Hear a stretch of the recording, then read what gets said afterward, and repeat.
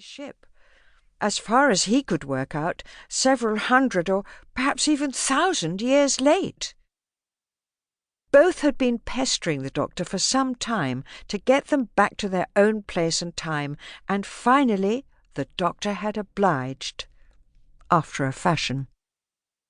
Inevitably, being the Doctor, he'd landed them in the midst of danger. In fact, although they didn't realise it, the danger was far greater than their present unfortunate position in the middle of a busy aircraft runway. Polly and Ben looked round, took in their situation, and turned indignantly to the Doctor. But before they could shower him with reproaches, two things happened more or less at once. First, another jet screamed overhead, causing them to duck down instinctively. Second, a very large and very angry policeman appeared on the edge of the runway. The Doctor fell back on one of his favourite pieces of advice. "Run!" he yelled. "Scatter!" They scattered, the policeman lumbering after them.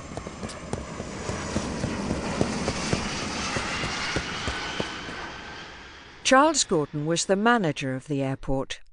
He wore a dark blue suit, a white shirt, and a neatly knotted striped tie, severe horn-rimmed glasses, and a precisely trimmed little moustache. Like his outward appearance, Gordon was neat, tidy, and meticulous. He liked things done in the right way and at precisely the right time. His nickname amongst his subordinates was the Commandant, and if some of them believed he would be better suited to a career in the Gestapo, they were careful not to suggest it within his hearing.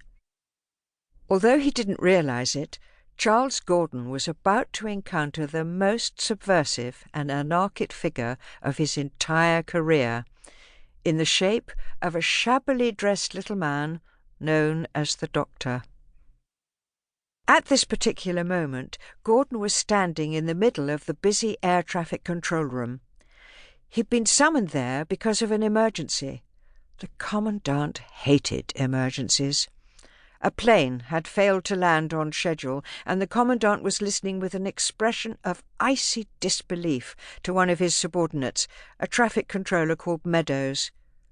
"The pilot said what?" he asked incredulously. "A police box on the runway," repeated Meadows desperately. "A likely story. Tell him to get back in the stack and await further instructions." "Yes, sir."